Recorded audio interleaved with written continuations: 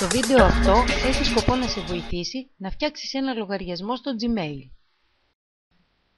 Το Gmail είναι το ηλεκτρονικό ταχυδρομείο που παρέχει η Google. Με το Gmail αποκτάς δωρεάν μια αξιόπιστη επαγγελματική ηλεκτρονική διεύθυνση, το χρησιμοποιείς για την επικοινωνία κατά την αναζήτηση εργασίας, οργανώνεις την ηλεκτρονική σου αλληλογραφία, επικοινωνείς online με ανθρώπους που σε ενδιαφέρουν. Στο μενού του Google κάνε κλικ στην επιλογή Gmail. Κάνεις κλικ στο κουμπί Δημιουργία λογαριασμού. Τώρα θα φτιάξεις το λογαριασμό σου με 3 βήματα. Συμπληρώνεις το όνομα και το επώνυμό σου με λατινικούς χαρακτήρες. Μπορείς να συμπληρώσεις απλά τα αρχικά σου και αργότερα να επεξεργαστείς το προφίλ σου με την ησυχία σου. Τώρα επιλέγεις το όνομα χρήστη που θέλεις να χρησιμοποιείς. Το όνομα χρήστη που θα συμπληρώσεις μαζί με την κατάληξη @gmail.com θα αποτελεί στη συνέχεια την ηλεκτρονική σου διεύθυνση. Το Gmail είναι αξιόπιστο και μπορείς να το χρησιμοποιήσεις για την επαγγελματική σου επικοινωνία και την αποστολή βιογραφικών.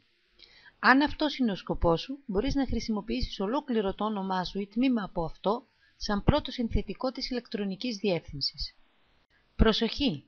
Το όνομα χρήστη που θα επιλέξεις στο σημείο αυτό είναι το μοναδικό στοιχείο που δεν μπορείς να επεξεργαστείς στη συνέχεια. Αν το όνομα χρήστη που επέλεξες χρησιμοποιείται ήδη από άλλο χρήστη, το πρόγραμμα σε ενημερώνει και σου προτείνει εναλλακτικές επιλογές.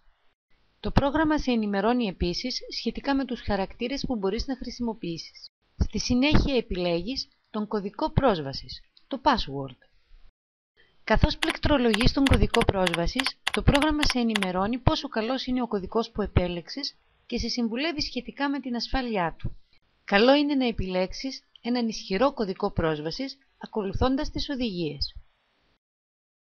Πληκτρολογείς για δεύτερη φορά τον κωδικό για επιβεβαίωση. Συμπληρώνεις την ημερομηνία γέννησής σου. Μην προσπεράσεις το πεδίο και δεν συμπληρώσεις κάποια ηλικία. Το πρόγραμμα θα σου επισημάνει ότι δεν μπορείς να αφήσεις αυτό το πεδίο κενό. Επιστρέφεις στο πεδίο και συμπληρώνεις μια ημερομηνία.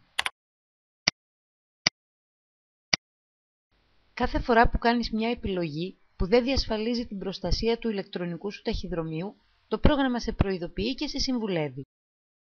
Στη συνέχεια πρέπει να συμπληρώσεις την τρέχουσα διεύθυνση ηλεκτρονικού ταχυδρομείου που διαθέτεις.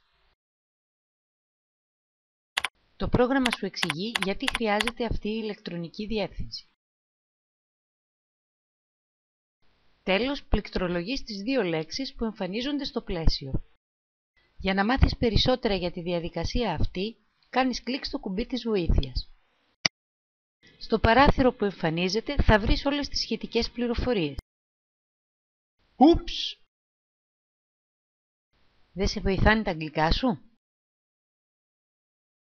No problem. Κάνεις κλικ στο κουμπί μετάφραση. Τώρα διαβάζεις τις πληροφορίες με την άνεσή σου στα ελληνικά. Τσεκάρεις το πλαίσιο που δηλώνει ότι συμφωνείς με τους όρους χρήσης της Google και κάνεις κλικ στο κουμπί επόμενο βήμα. Στο σημείο αυτό μπορείς να δεις πώς εμφανίζεται το προφίλ σου και να ανεβάσεις τη φωτογραφία σου. Κάνεις κλικ στο επόμενο βήμα. Ο λογαριασμός σου είναι έτοιμος. Το πρόγραμμα σε καλωσορίζει. Κάνε κλικ στο κουμπί Συνέχεια σε Gmail για να μπεις στο περιβάλλον του ηλεκτρονικού ταχυδρομείου. Πολύ ωραία! Έχεις ήδη δεχτεί τα πρώτα σου μηνύματα από την ομάδα διαχείρισης του Gmail και την ομάδα διαχείρισης του Google.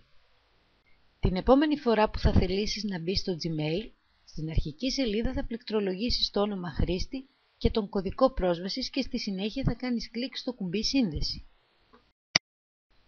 Εδώ τελείωσε η παρουσίαση. Ελπίζω να βρήκες χρήσιμες και ενδιαφέρουσες τις πληροφορίες ώστε να σε βοηθήσουν να φτιάξεις ένα λογαριασμό στο Gmail.